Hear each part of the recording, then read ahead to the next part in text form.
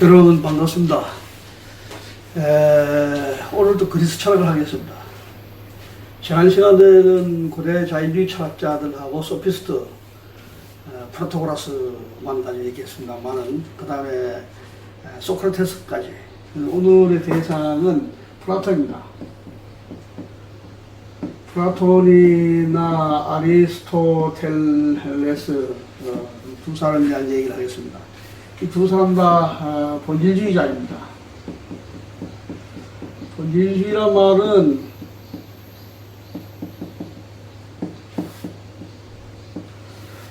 본질이라고 하는 말은 불변의 무엇이죠? 변하지 않는 것, 변하지 않는 측면을 이루는 말이 본질입니다. 실체란 substance, 실체란 말로서 하고, 또 문자로 말하면 이거 어디까지나 주어의 입장이죠. 소설의 입장이 아닌 그런 의미에서 이제 주체라고도 뭐 이럴 수 있는 그런 것인데, 하여간 세계에는 변하지 않는 그 무엇이 있다 라고 하는 것에 대한 믿음을 가진 이 정신이 본질주의죠. 제가 오늘 제목을 테세우스의 배라고 했는데, 이거는 이 본질주의에 대한 끊임없는 의문의 소재입니다. 옛날에 그리스에 테세우스라고 하는 사람이 있어서요, 장군인데, 그리스 밑에 크레타 섬에 미노스 왕이 그리스에다가 끊임없이 요구하는 것이 뭐냐. 그러니까 9년에 한 번씩 총각 7명하고 처녀 7명을 바쳐라. 그래서 크레타 섬에 있는 미노사우루스라고 하는 괴물한테 밥을 줘야 된다. 그래서 오랫동안 9년마다 한 번씩 이 선남 선녀 7명씩 14명을 바쳤다고 하죠. 이것에 대한 저항을 이제 그리스 사람이 하는 거예요. 테세우스라고 하는 장군이 배를 타고 크레타 섬에 가서 그 괴물을, 미노사우루스라는 괴물하고 싸워서 드디어 이깁니다. 그래서 배를 타고 개선 장군으로 다시 돌아오죠. 그래서 그 이후부터 그리스에서는 테세우스의 이 배를, 승리하고 돌아온 이 배를 기념하기 위해서 항구에다 이 배를 이렇게 정박시켜 놓고 매년 한 번씩 이 배를 항구 주변에 이렇게 돌면서 잔치를 벌이는 그런 행사를 했어요. 그런데 수많은 세월이 지나서 일부 사람들에 대해서부터 의문이 이제 제기되기 시작합니다. 테세우스가 타고 승전을 이끄는 그 위대한 배가 세월이 오랜 시간 지나다 보니까 나무 판자떼기가 이게 썩어서 떨어나고, 일부 철도, 녹이 슬고 해서 몇백 년이 지난 다음에 테세우스 배의 모든 부속품들이 완전히 갈렸어요. 그래서 사람들이 의문을 제기합니다. 테세우스의 배의 모든 부속품이 다 갈렸는데, 그럼에도 불구하고 테세우스의 저 배는 테세우스의 배가 맞느냐, 이런 의미죠. 두 가지 답이 있어요. 맞다 하고 아니다. 맞다가 하는 것을 가지고 우리는 본질주의라고 해요. 본질주의자는 이건 맞다 이거. 끊임없이 그런 테세우스의 배가 맞다 이거. 그 배가 외양이 바뀌고 뭐 판자로 이렇게 바꾸기고 해도 테세우스 배가 가지고 있는 그 승전의 이념이라든가 그 무엇은 그대로 있다. 이런 쪽이고, 이건 어떤 목적주의죠. 테세우스 갖고 있는 그 목적에 준한다, 끊임없이. 그런데 일부는, 완전히 갈렸지 않냐. 모두 요소가 갈렸지 않냐. 이렇게 얘기해요. 예컨대, 딸기가, 그 딸기 특유의 촉촉함, 딸기 특유의 향기, 그 부드러움, 그 시고도 달콤한 그 맛의 요소가, 그러한 속성이, 그러한 딸기의 속성이 다 빠져버리면은 그게 무슨 딸기냐?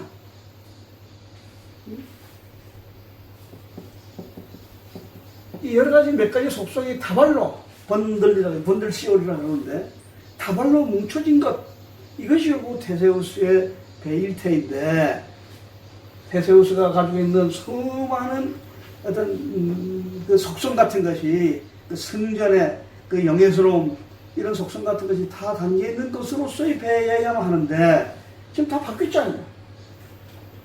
속성이 빠졌는데 무슨 테세우스의 배냐?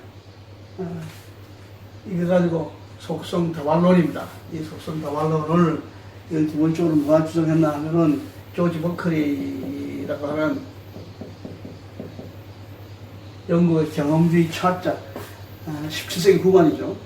이 사람이 주장을, 지금까지 끊임없이 속에 있어서 테세우스의 배는 본질이 맞냐? 본질이 변해서 본질이 아니다 하는 본질주의하고 속성 다발론하고 끊임없이 이렇게 논쟁을 지금까지 벌이고 있어요. 그래서 서구 철학은 기본적으로 본질주의 철학인데 아니다 한 이론도 있었다, 지금도 있다, 이런 얘기가 되죠. 그런데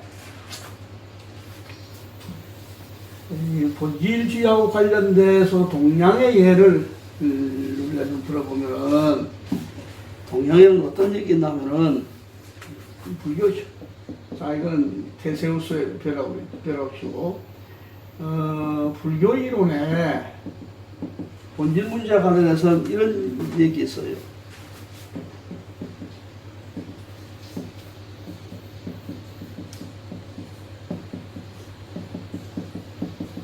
무자성론이 있어요. 무자성론이. 이 말은 뭐냐? 자성이 없다. 이 자성은 뭐냐?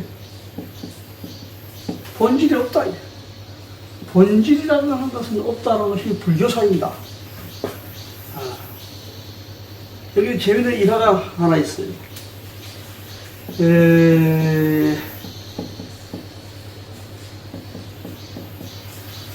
이 단하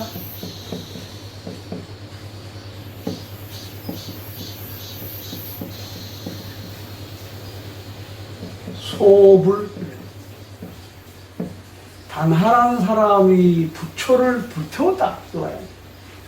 단하라고 하는 행자 스님이 있었는데, 중국의 해림사라고 하는 절에 단하라는 잔잔한 행자 스님이 있었는데, 이 단하라는 스님이 어느 날 겨울에 너무 추웠어요. 그래서 지금 딴에 따뜻한 게 좀 지낼 수 없나 해서 나무를 이제 태우려고 그러고, 마침 나무가 보이지 않아서 대웅전에 가서 부초상을 가져다가 아웅에 넣고 불태웠답니다. 불태웠어요. 깜짝 놀라 주지승이 뛰어가지고, 야, 다나 이놈아, 이게 지금 무슨 짓을 하고 있는지 아느냐? 내가 지금 부초를 태우고 있습니다. 추워서 태운다는 말을 안 하죠. 그럼 왜 태우냐? 하고 주지승이 물으니까, 저 부초상에 사리가 있나? 사리가 있나? 사리는 일종의 어떤 본질 같은 거죠. 어떤 깨달음의 실체. 이것이 있는가 없는가를 제가 알기 위해서 지금 부처를 불태우고 있습니다. 이런 대답을 했죠. 그러다 주지스님이 큰 소리를 외쳐요. 이놈아, 그 불상에 무슨 사리가 있겠느냐? 라고 말합니다. 그 순간에 이 주지스님이 퍼뜩 깨달았죠. 뭐냐? 불상에는 깨달음이라고 하는 그 본질이 없다. 사리가 없다. 깨달음의 실체가 없다는 걸 퍼뜩 깨달아요. 이 말은 결국은 세상 모든 것은 공이다 하는 거예요.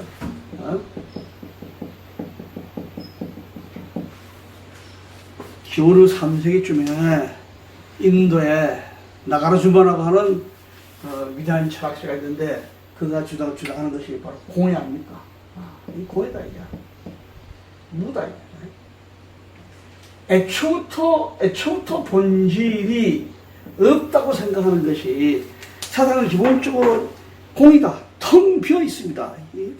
이렇게 주장하는 것이 동양사이에요.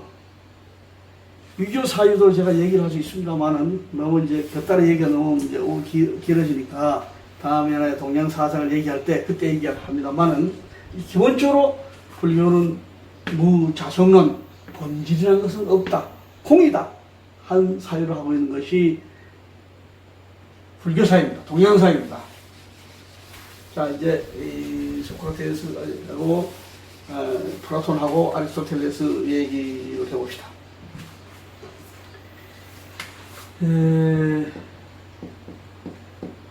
플라톤은 소크라테스를 20세에서부터 28세까지 8년 동안 따라다녔어요. 소크라테스는 키가 땅땅하고 배가 나오고 대머리가 벗겨지고 코가 뭉뚱하고 눈이 튀어나오고 해서 잘 못생긴다는 거죠. 근데 플라톤은 잘생겼어요. 키가 크고 옛날에 레슬링 선수도 했었어요. 키가 크고 아주 잘생긴. 소크라테스는 크게 귀족은 아니었습니다.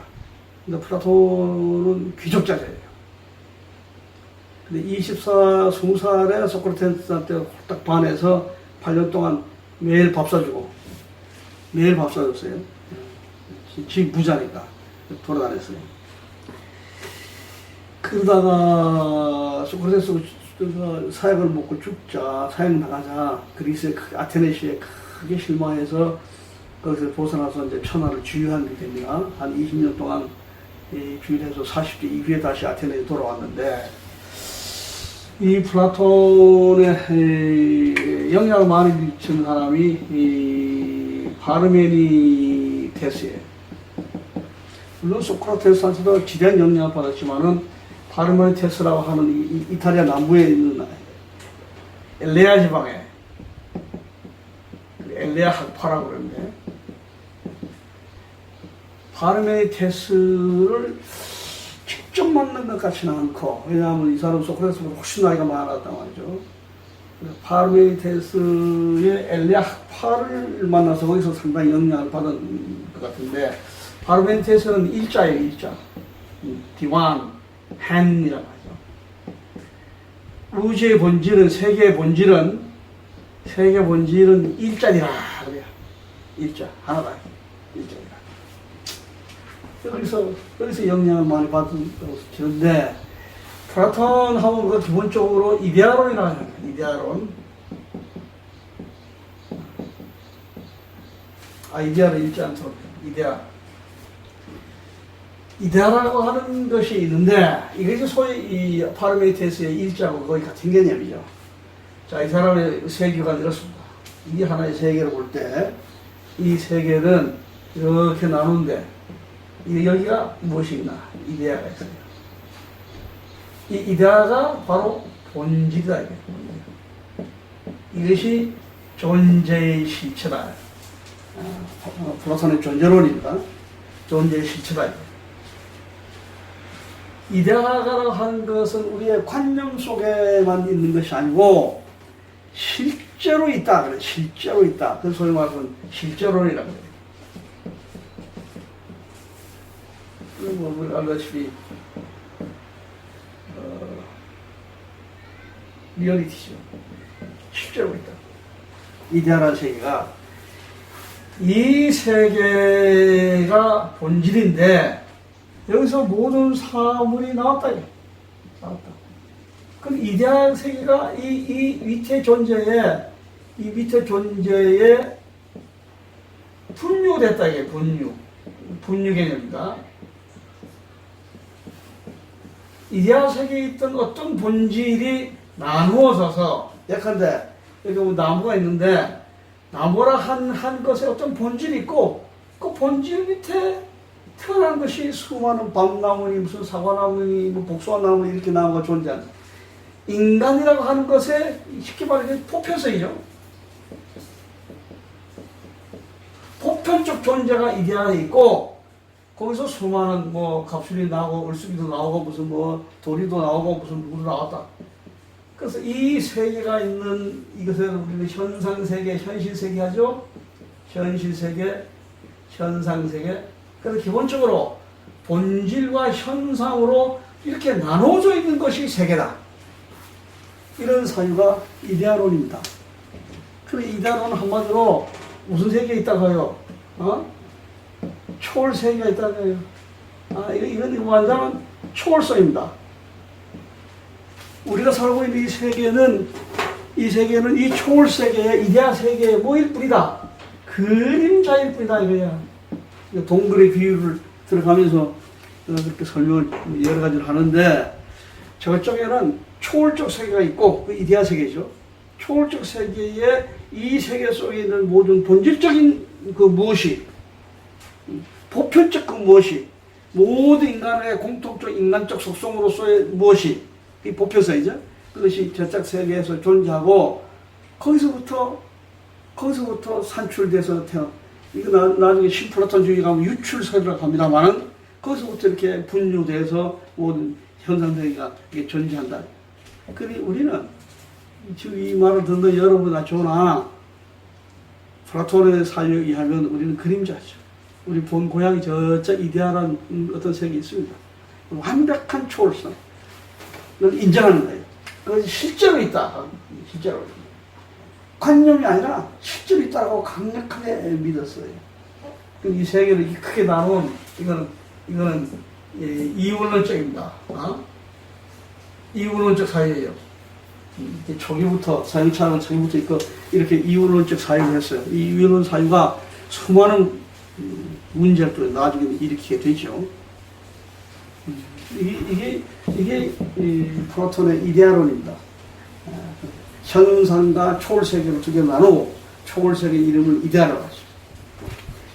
그리고 수많은 개체들의, 이게 개별자죠. 개별자들의 보편성을 얻고, 이 보편성에서부터 이 사실을 그러니까 이것을 비판하는 후대 사유는, 특히 자크 데르다 같은 현대 사유는 사후성이라 얘기해도 사후성이라. 이렇게 이데아 세계에서 무엇이 탄생된 것이 아니라, 이렇게 있는 우리 현상 이 존재들이 사후적으로 만들어낸 세계가 이데아이다. 이렇게 주장하지만은, 플라톤은 그것이 아니라, 이데아 세계가 이쪽도 있고, 그리고 세계 모든 만물이 존재하게 되었다. 분류돼서 존재하게 됐다. 이런 강력한 사유를 가지고 있는 사람이 이 플라톤입니다. 그래서 이 이데아 세계는 에이도스라고 해요. 에이도스. 이건 뭔 말이에요? 형상이란 말이에요. 이게 에이도스 세계. 형상이란 말을 영어로 말하면 폼이에요. 우리말로 하면 뭡니까? 틀. 이데아 세계는 모든 존재의 기본적 틀의 세계입니다. 이 틀이 있고, 그 틀에서 수많은 비슷한 틀들이, 이것을 유비라고 말합니다만은,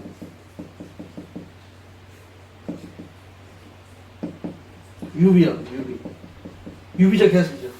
이데아 세계의 본질 비슷한 보편성 가지고 있는 그 무엇하고 비슷한 것으로서의 수많은 다른 사물들이 생기는 이런 두 가지의 세계. 이것이 플라톤의 이데아론입니다.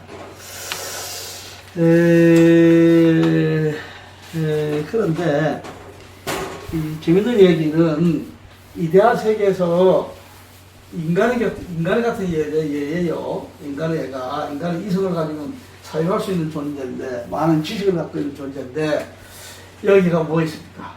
이데아가 있습니다. 여기가 뭐 있습니까? 현실 세계에 있습니다. 여기서 분류돼서 나누어져서 분류돼서 인간이 탄생할 때, 예컨대 인간 탄생할 때 이 사회에 강이 흘러요. 강이 흐른다고. 이 강이 무슨 강인가? 레테의 강이에요. 레테 강. 근데 여기는 뭐가 있냐? 사막이 있어요. 사막. 이데아 세계에서 탁한 한 인간이 태어났는데, 이 사람은 반드시 사막을 걸어야 돼. 사막 끝머리에 강이 있어. 반드시 이 말 목말라서 물을 먹지 않으면 안 돼. 그리고 레테 강은 번역을 뭐라고 우리가 하느냐? 망각의 강입니다. 그래서 망각의 강을 이 물을 마시면은 망가의 강을 여태까지 건너면은 우리가 탁 태어났을 때는 우리가 가지고 있는 지식은 아무것도 없어요. 여기서 갖고 있던 모든 지식이 망가의 강을 건너면서 완전히 사라져버렸다. 그래서 우리는 그 이후에 수많은 교육을 통해서, 수많은 학습을 통해서, 수많은 경험을 통해서 지식을 얻게 되지 않습니까? 근데 그 지식조차도 몰랐던 것을 새로운 것이 아는 것이 아니라 그것은 뭐야? 상기다 그래, 상기다. 이 상기설입니다. 상기. 다시 생각을 다시 이렇게 세운다 그야. 원래 이데아 속에서 가지고 있던 것이 망가에 가서 잊었는데 그것을 다시 아는 것이지. 따라서 우리가 아는 모든 지식은 이미 알았던 것을 다시 알게 되는 것이다. 이런 상기설, 상기론, 그다음에 분유론, 이렇게 이데아 세계와 현상 세계를 나누는 사유. 초월적 어떤 세계가 쫙 있다. 근데 여러분 좀 냄새가 나죠? 이것이 기독교 사유로 변질됐다고 하는 것이 생각 떨어지죠. 나중에 헤브라이즘의 기독교 사유가 서로 만나게 됩니다. 로마 제국 시대에 만나게 됩니다. 자, 이것이 플라톤의 사유입니다. 플라톤의 본주의적 입장으로 그 사유 체계를 구축해 놓았습니다. 그 다음에 네 번째, 아리스토텔레스. 소크라테스, 플라톤, 아리스토텔레스 이렇게 이어지죠. 아리스토텔레스도 한 20년 동안 플라톤이 만들어 놓은 최초의 대학, 인류 최초의 대학. 동양에는 제나라 시대에 직하라고 하는 것이 있었고, 서양에서는 아테네 아카데미아, 우리 줄여서 아카데미라고 하는 그런 대학에 있었는데, 이 아리스토텔레스는 그 대학에서 열심히 공부한 학생이에요. 한 20년 동안 공부를 했어요. 플라톤 밑에서. 아리스토텔레스는 약간 좀 불행해요. 소크라테스, 플라톤은 아테네 사람이에요. 근데 아리스토텔레스는 마케도니아 사람이에요. 우리 발칸반도 북쪽에 있는 마케도니아 사람이에요. 그래서 아테네에 유학을 온 거죠. 유학 오니까 아테네 이 본 고향 사람들한테 많이 핍박도 받고 이런 사람이 아리스토텔레스입니다. 아리스토텔레스는 여기서 공부하다가 알렉산더 대왕이 어린 시절에 아버지 명에 따라 아버지가 의사였는데 와서 왕자를 좀 가르쳐라 해서 알렉산더 대왕의 스승이기도 한 사람이죠. 아리스토텔레스가. 자, 그런 사람인데 열심히 이 플라톤 밑에서 공부를 했어요. 근데 아리스토텔레스는 백과사전 쪽에 많은 학문에 무슨 정치, 경제, 사회, 무슨 과학 분야, 무슨 자연과학 분야, 그다음 논리학, 서양 학문의 아버지라고 불릴 정도로 많은 분야에 관심을 갖고 공부를 한 사람이 아리스토텔레스입니다. 아리스토텔레스도 굉장히 잘생겼어요. 아주 호남 미남형입니다. 자, 그 아리스토텔레스가 스승 플라톤이 돌아가신 다음에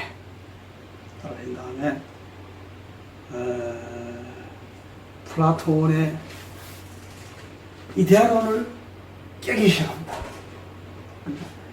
사상으로서는 스승으로 그런 경우 많죠. 청춘 오람이라고 후배가 더 나은 경우도 있고, 우리나라 독일 같은 경우에 러셀이라고 하는 수학자 밑에 위대한 수학자가 나타나는데 그것이 비트겐슈타인이죠.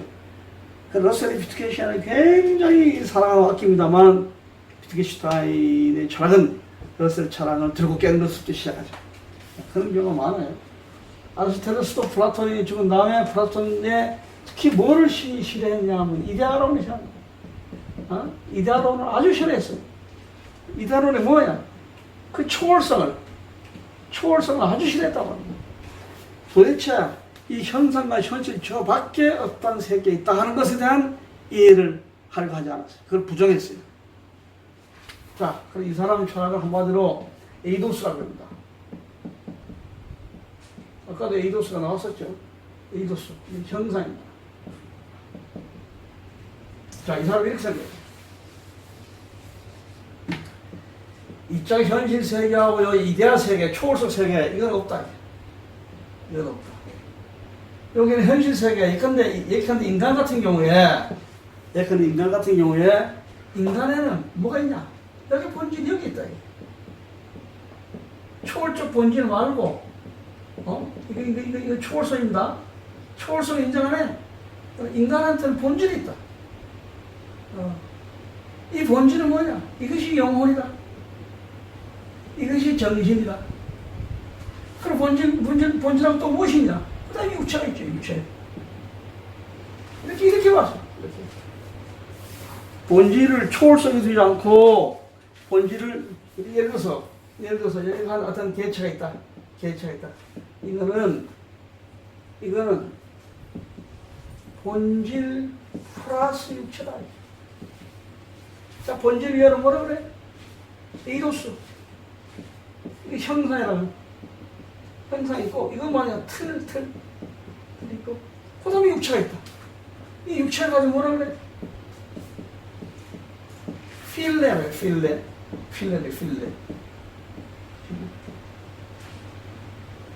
우리 형상의 상대 개념으로서 필레라고 하는 것은 뭐냐? 진료야, 진료. 자, 예를 들어 봅시다. 여기 의자가 있습니다, 의자라고 하는 거는 의자의 제작, 어떤 틀이 있어야죠. 이거 청사진. 도면이 있어야 할게요, 도상. 복잡한 무슨 건물도 좋고, 청사진이 있어요. 그러다가 뭐가 있어야 돼요? 재료가 있어야 돼요, 재료. 의자라는 모양이 갖고 있는 형상이 있어야 되고, 틀이 있어야 되고, 그 틀에 여러 가지요. 나무니, 철이니, 이런 재료로 만들어야 돼요. 모든 존재는 이렇게 형상과 진료, 에이도스하고 필레의 결합체다. 이렇게 주장하는 사람. 그리고 이것이 뭐냐? 이것이 에이도스. 이것은 이거 필레. 에이도스를 부식해야.